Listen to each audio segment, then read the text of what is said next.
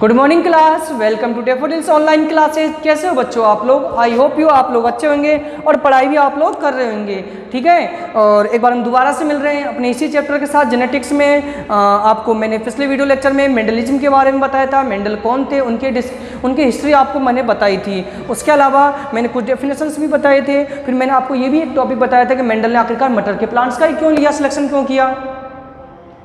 लेकिन बेटा इसमें मटर के प्लांट्स का ही सिलेक्शन क्यों किया, आज हम इसको जानेंगे। इससे पहले मैंने आपको क्या बताया, वो सफल क्यों हुए। एक बात बताऊं मैं, मेंडल जो सफल हुए थे ना, वो रूल सभी को फॉलो करना चाहिए।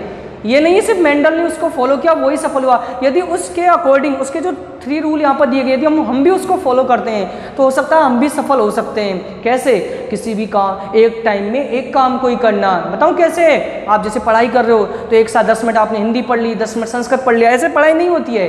एक पर्टिकुलर टाइम टेबल से पढ़ाई होती है कि आप किस सब्जेक्ट को कब उठा रहे हो, कंटिन्यूटली पढ़ रहे हो या नहीं पढ़ रहे। यानी आपका मन नहीं है तो आप दूसरे सब्जेक्ट आपने उठा लिया, आपका भी मन नहीं तो आपने और कोई सब्जेक्ट उठा लिया। फिर किस सब्जेक्ट में सीक्वेंस से पढ़ना, आप कितना सीक्वेंस से पढ़ रहे हो। ये नहीं ये चैप्टर कठिन है तो इसको छोड़ दो, नहीं, पढ़ना है अपन को। हम भाग नहीं सकते उस चैप्टर से, एग्जाम में तो खैर वो आएगा ही। कितने चैप्टरों से आप भागोगे?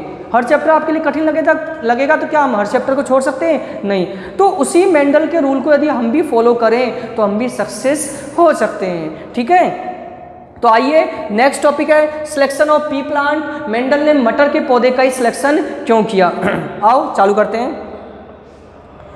Mendel selected grant P plant for experiment because, Mendel ने मटर के पौधे का सिलेक्शन क्यों किया? सबसे पहला कारण, pea plant is annual, therefore it was possible to study many generation in a short time.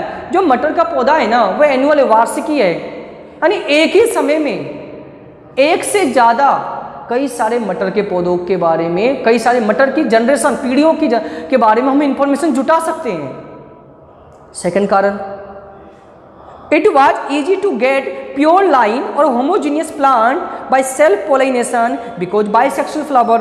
और दूसरी बात, इसमें सेल्फ पोलिनेशन, स्वयं परागन और बाइसेक्सुअल, सेल्फ पोलिनेशन का प्रोसेस था, ठीक है, स्वयं परागन की क्रिया करता था, तो वो भी आसान, वो भी इनके लिए फायदा का कारण रहा।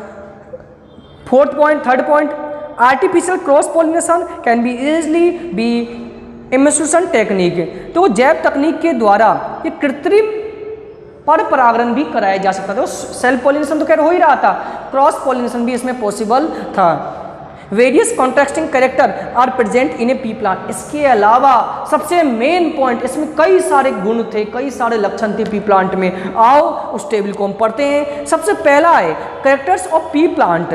देखो सबसे पहले शेप ऑफ सीड, यानी जो मटर का पौधा था ना, मटर का जो पौधा था उसकी जो बीज की साइज की बात करें, एक आपको डोमिनेंट और रेसिव दिया गया है। डोमिनेंट प्रभावी, रेसिव अप्रभावी। जो राउंडेड था वो प्रभावी था और रेसिव में रिंकल दिया गया, रिंकल मीन्स झुर्रियाँ, मुड़े हुए थे, झुर्रीदार। कलर ऑफ सीड, बीज का कलर येलो उसमें डोमिनेंट था, रेसिव जो आपका अप्रभावी था ग्रीन। कलर ऑफ फ्लावर, फूल का रंग वॉयलेट, बैंगनी, व्हाइट मीन सफ़ेद। शेप ऑफ मैच्योर पोड, फली का आकार, इन्फ्लेटेड चपटा, कंसंट्रेटेड सुखड़ा हुआ। कलर ऑफ इमेच्योर, अपरिपक्व फली ग्रीन डोमिनेंट में और रेसिव में येलो। पोजीशन ऑफ फ्लावर, फूल की स्थिति एक्सियल अक्षीय और टर्मिनल कक्षीय, ठीक है। हाइट ऑफ पी प्लांट, पौधे का आकार टॉल, डोमिनेंट में टॉल आएगा और रेसिव में ड्रॉप आएगा। यानी बेटा आपको ये 7 कैरेक्टर्स ऑफ पी प्लांट दिए गए हैं, इनके डोमिनेंट और रेसिव भी दिए गए हैं। तो आपको ये याद हो जानी चाहिए टेबल। देखो कई बार एग्जाम में पूछ लेता है कि पी प्लांट के कैरेक्टरिस्टिक्स लिखिएगा, तो हमें ये लिखना पड़ जाता है। सीधे पूछ लेगा कि हाइट ऑफ प्लांट में डोमिनेंट और रेसिव कौन सा था। इस तरीके से आपको डायग्राम, एक पिक्चर्स भी दिया गया, फिगर 3.1, इसमें भी आप देख रहे हो, सबको डायग्राम में डायग्रामेटिकली आपको समझाने की कोशिश किया गया है कि साइज क्या है, कलर क्या है, वगैरह वगैरह। तो आप लोग आसानी से 7 पेयर्स ऑफ कॉन्ट्रैक्टिंग ट्रेड्स बोलते हैं इसको, लक्षण, traits study by Mendel. Mendel ने 7 विप्रियासी लक्षणों का अध्ययन किया। विप्रियासी मीन्स एक ही प्रकार के 2 लक्षण पाए जाते हैं। तो याद कर लीजिएगा। तो आपके लिए इंपॉर्टेंट टॉपिक था पहला पेज जो था आपका रीजन ऑफ मेंडल सक्सेस और सिलेक्शन ऑफ पी प्लांट, काफी इंपॉर्टेंट टॉपिक है, एग्जाम पॉइंट ऑफ व्यू से काफी इंपॉर्टेंट रहते हैं, तो इनको लर्न करिएगा। अगला है बेटा डिस्कवरी ऑफ मेंडलिज्म, मेंडलिज्म के पुनः खोजकर्ता। हालांकि मैंने इसके बारे में आपको कल बता दिया था, फिर भी आपको दोबारा लर्न करना है। क्या दिया गया, the law of inheritance given by the Mendel were neglected for about 35 years. The Hugo de Vries of Holland, Karl Correns of Germany and Erich von Sermack of Austria rediscovered Mendel law of 90s while working separately. देखो Mendel के law को मैंने क्या बताया था, Mendel ने खोज किया लेकिन वो उस मुकाम तक नहीं पहुंच पाया जिस मुकाम तक उसको पहुंचना चाहिए था। लगभग 36 साल, after 36 years, then 3 scientist are rediscovery of the Mendelism, then Hugo de Vries, then Erich von Tschermak, then आपका दिया गया है Karl Correns, then 3 scientist are rediscovery of the Mendelism and he are the Gregor John Mendel experiment are the re innovation, then Brunn Society of Natural History, यानी उन्होंने Gregor John Mendel के experiment को दोबारा से खोजा और Brunn Society of Natural history के सामने लेके गए, तो पाया गया आज से 36 इयर्स पहले भी ऐसा साइंटिस्ट आया था जिन्होंने इसकी खोज करी थी। तो क्या समझे, यदि हम में टैलेंट है, जरूरी नहीं है तो आपके टैलेंट की कद्र होगी, हो सकता है मरने के बाद उसकी टैलेंट की कद्र हुई, लेकिन कद्र होगी, बशर्ते आपको टैलेंटेड होना पड़ेगा। ठीक है, हम चाहते हैं कि बिना मेहनत हम कोई सफलता प्राप्त कर लें, वो संभव नहीं है। ठीक है, आपको नेक्स्ट आपको एक दिया गया इसमें, तो आपको इन तीनों साइंटिस्टों के नेम कंफर्म लर्न करने हैं। मैं बार बार कह रहा हूँ, वन लाइनर चैप्टर है ये भी, जैसे आपने चैप्टर नंबर 1 पढ़ा था, ऐसे चैप्टर नंबर 3 भी वन लाइनर है, तो आपको 1 नंबर का क्वेश्चन आता जरूर है, 2 नंबर का एक थोड़ा से बड़ा भी आ जाता है। तो अगला है जेनेटिक्स टर्मिनोलॉजी, ये भी काफ़ी इंपॉर्टेंट है। 20 डेफिनेशन आपको दिया गया है, आपको 20 डेफिनेशन ही लर्न होनी चाहिए। तो डेफिनेशंस के में आते हैं, क्योंकि इन डेफिनेशंस का यूज जो मैं आगे चैप्टरों में डिटेल से कुछ चीज़ों को पढ़ाऊंगा, वहाँ पर इन टर्म का यूज होगा, इन शब्दों का यूज होगा, जहाँ पर आपको पहले समझ में आ जाना चाहिए कि सर ने ये चीज़ें पहले ही बता दी, वहां पर हम समझाने नहीं बैठेंगे, तो आप इनको यहीं पे समझ लेते हैं ये वर्ड्स क्या है। It is very important understand by following technical terms of understand the law of inheritance. कुछ शब्द हैं जो आनुवंशिकी के बारे में समझने के लिए काफ़ी इंपॉर्टेंट है। सबसे पहले मैं जीन की बात करता हूं। The factor of the control is a character is called gene. Johnson gave the name of gene for factor use by Mendel. गुणों को लक्षण करने के लिए, गुणों को नियंत्रित करने वाला करेक्ट ही वर्ड ही, गुणों को नियंत्रित करने वाला लक्षण ही जीन कहलाता है। जीन जॉनसन के द्वारा बताया, सबसे पहले बताया गया था उन्होंने फैक्टर को ही, मेंडल ने जो जिसे फैक्टर बोला था, जॉनसन ने उसे क्या बोला, जीन। ओके, नेक्स्ट एलिलोग्राफ, एलिल्स युग्म विकल्पी।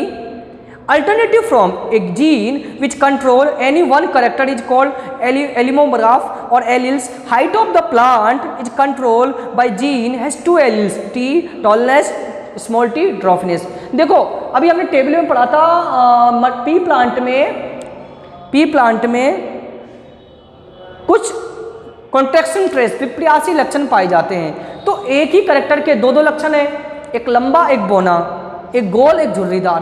तो जैसे मान लो एग्जाम्पल में कोई हाइट ऑफ पी प्लांट, कोई मटर के पौधे की लंबाई की बात करूं मैं, पादप की लंबाई की, तो 2 कैरेक्टर्स, 2 ट्रेट्स आएंगे आपके, एक तो लंबेपन का, एक बोनेपन का। लंबेपन को कैपिटल टी से इंडिकेट किया गया है, बोनेपन को स्मॉल टी से इंडिकेट किया गया है। ठीक है, तो 2 युग्म एक ही लक्षण, एक ही स्थिति के 2 लक्षण एलिलोग्राफ या युग्म विकल्पी कहलाते हैं।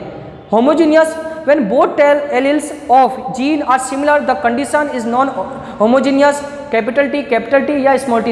एक ही लक्षण के दोनों युग्म विकल्पी समान हो तो आपका होमोजीनियस। हेट्रोजियस, विषम युग्मजी, वो समयुग्मजी था, विषम युग्मजी। when both alleles of gene are dissimilar the condition is non heterogeneous। जब दोनों ही लक्षण विपरीत प्रवृत्ति को, एक बोना एक लंबा, समझ रहे हो, एक कैपिटल टी एक स्मॉल टी, तो ये क्या हुआ आपका हेट्रोजियस, विपर्यासी लक्षण, विपरीत लक्षण, विषम युग्मजी बोल सकते हैं इसको हम। Phenotype, external appearance of an individual is called phenotype. Tall plant with genotypically maybe homogeneous capital T, heterozygous capital T, small T. देखो किसी का एक्सटर्नल बाहर से लक्षण, बाह्यतम लक्षण, किसी भी पौधे का बाहर से जो लक्षण हमें दिख रहा है, एक्सटर्नल ट्रेड्स, उसी को ही हम फिनोटाइप बोलते हैं। आप होमोजीनियस में कैपिटल टी लिखिएगा, हेटेरोजीनियस में कैपिटल टी स्मॉल टी लिखिएगा। ये भी टॉल है और ये भी टॉल है, यानी क्या है, बाहर से दोनों लंबे हैं, लंबे पौधे कहलाएंगे। दोनों के एलिल्स जब सेम रहते हैं या दोनों के एलिल्स जब अपोजिट रहते हैं, डोमिनेंट कैरेक्टर शो करेगा।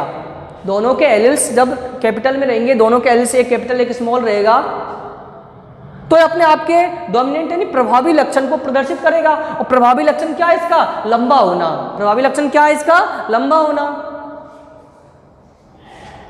Genotype, genetic condition of an individual is called genotype. Example, pure of homogeneous capital T, impure of homogeneous capital T small T. अब मैं जीनोटाइप को बहुत, फिनोटाइप जीनोटाइप में काफी बार हम लोग कंफ्यूज भी हो जाते हैं। फिनोटाइप में क्या होता है? एक्सटर्नल कैरेक्टर्स देखो, बाहर से कैसा पौधा है, और जीनोटाइप में अंदर से क्या है, तो अंदर से ये होमोजीनियस टॉल है और ये हेटेरोजीनियस टॉल है। क्या समझे?